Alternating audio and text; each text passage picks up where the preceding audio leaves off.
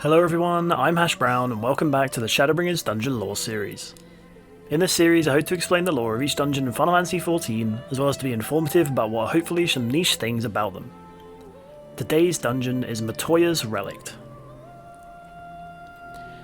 It is well known that the Dravanian hinterlands once hosted many Sharlayan craftsmen, academics and researchers alike, with the Maker's Quarter in particular home to many of the best crafters Eorzea had ever known.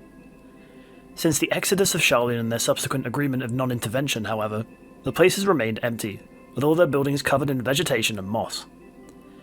One specific building, however, while also disused, hosts a great wealth of knowledge, and was used as a personal workshop by none other than Master Matoya herself. Fittingly known as Matoya's Relict, a word for a place surviving since another time, it contains many of her various experiments, and since being left abandoned, various beasts and magical beings too.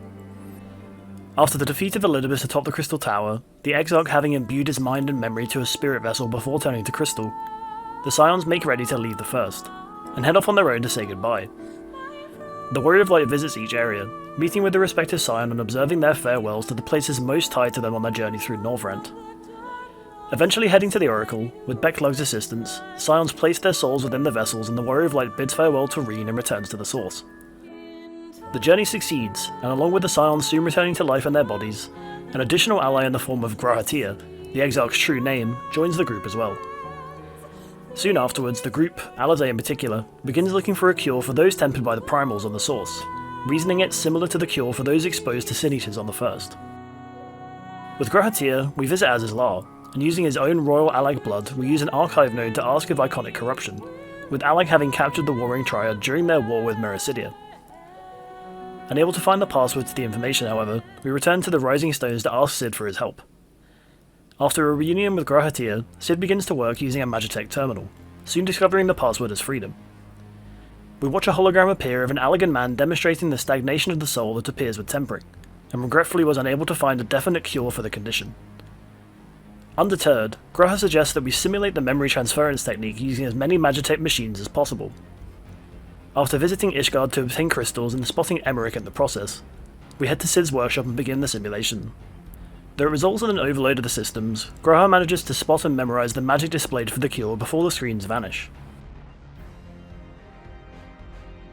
Determined to put their work into action, Alizé visits the Maelstrom headquarters in Limsa, wanting to try the cure on Gabu, the kobold tempered by the Titan after their parents were slain.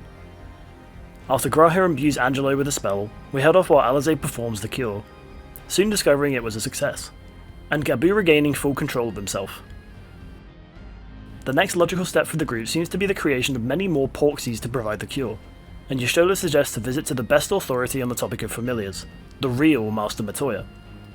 Within her cave, Y'shtola expresses her gratitude on Matoya's help while their souls were away, and Graha introduces himself, after which we explain the situation to Matoya.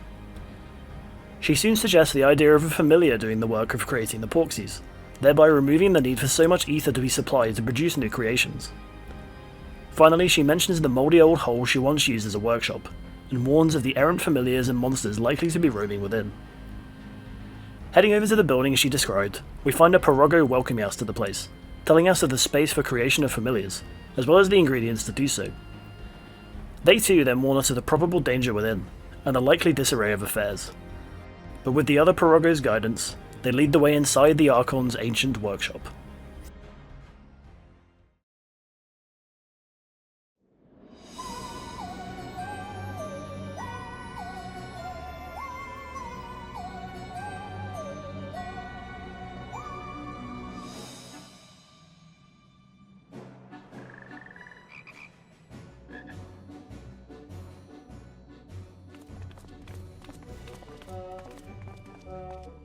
Right.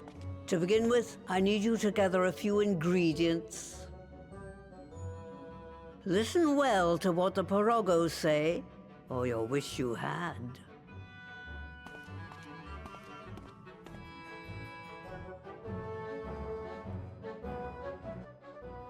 As we head into the workshop, Matoya asks us to retrieve the ingredients by following the Porogo's instructions, visiting 3 distinct areas of the workshop to set up for the creation of the Mother Porxie. The first Porogo creates a portal to the clay clock cauldron, where the magical clay required for the shape of the familiar can be found. As expected, the pathway is filled with various beasts, having made the cave their home in its owner's absence, After tackling the first handful, the Porxie produces a spring of ether to bounce the group over the gap, and here we find several Spriggans roaming the earthy cave, and even discover a Spriggan with a huge rock, known as the Sonny of Ziggy, presumably related to the original Ziggy, who we once fought with in the Anti-Tower. Afterwards we can reach the cauldron itself, finding a large mudman guarding the precious clay. This creature's form is known to be one that used to be a rock golem, the years of neglect having caused its outer shell to fall away, leaving a somewhat horrifying appearance reminiscent of an undead being. Sadly, due to its neglect, the creature seems to have forgotten its purpose as a guardian, and instead mindlessly attacks the group. Although out of its usual state of mind, the magics it retains are as deadly as ever, summoning down several balls of mud to roll at the group relentlessly. To avoid any collateral damage, the group must lure the mud balls towards the whirlpools of mud around the edges of the cauldron, causing them to be sucked in and consumed. After an expanding quake attack, the mudman repeats his attack, but this time blocks two of the drains with duplicates of itself. The group must be careful to avoid these blocked drains, or feel the increased wrath of the mud ball as it strikes a second time.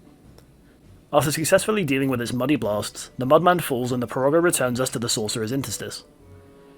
The second Porxie, following Matoya's instruction, takes us towards the Clear Note cauldron to get the water flowing into the workshop again.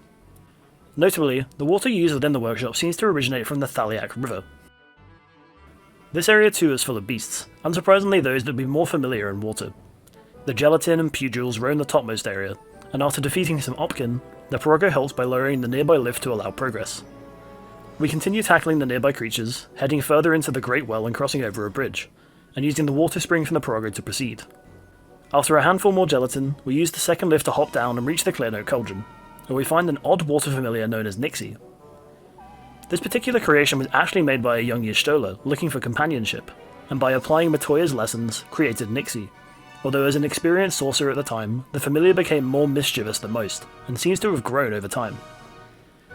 As we approach the creature, Y'shtola herself even warns us of its nature of playing rough with others.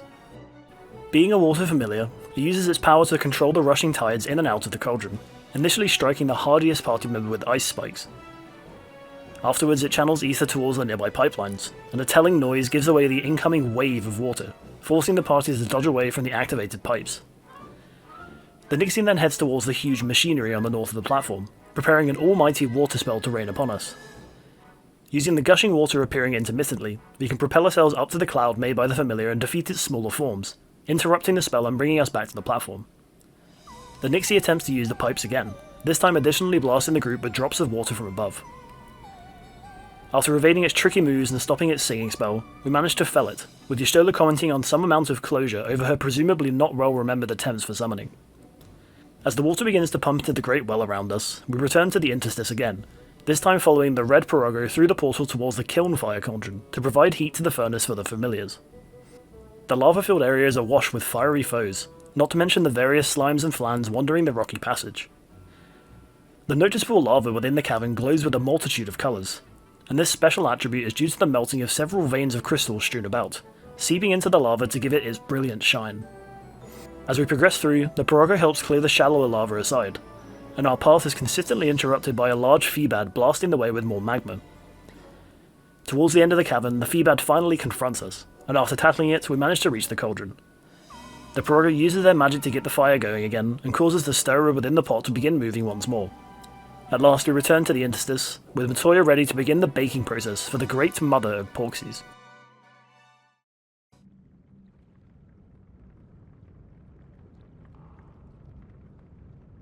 Right then, let's get this over with.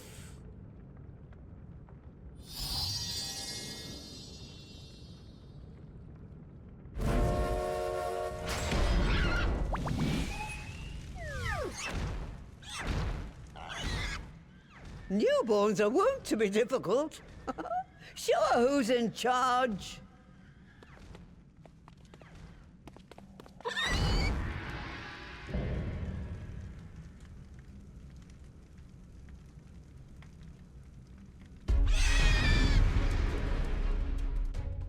Using her magic upon the furnace, Matoya manages to create the mother porxie which bursts forth, bouncing around the room.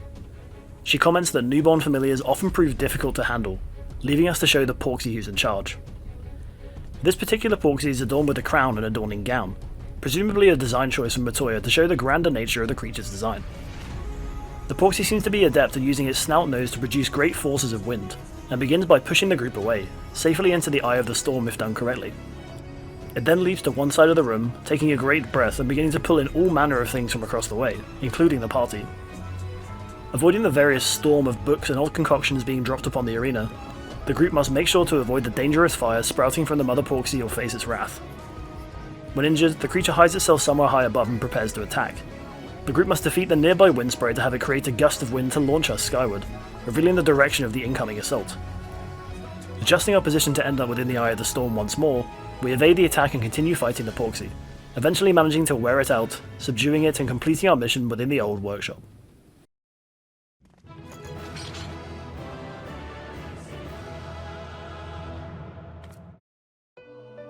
With a tap of her staff, Matoya brings the mother porxie to attention, and Graha immediately moves to imbue her with a tempering cure. With the twins channeling their ether, he casts a spell, successfully passing the magic on to the familiar. Matoya then requests some ether from Y'shtola to have her create some more porxies right away, and Y'shtola does so, resulting in the first new litter of Angelos to be born. We then discuss the distribution of the porxies to the various Alliance city-states, with Limsa Laminsa being first on the list. And so Matoya and the group leave the Relict, having used its facilities for potentially one final time. But with the successful creation of the mother porxie, we can look forward to a future where a cure for tempering is more easily accessible to all, beastmen included. The inside of the Relict leaves one wondering of the vast amount of knowledge that lies within the tomes Matoya collected through her many years, and how much knowledge she herself truly possesses. I hope you enjoyed this video. If you did, leave a like and subscribe to the channel for more like this. Thanks for watching, and I'll see you next time for Pagglethon.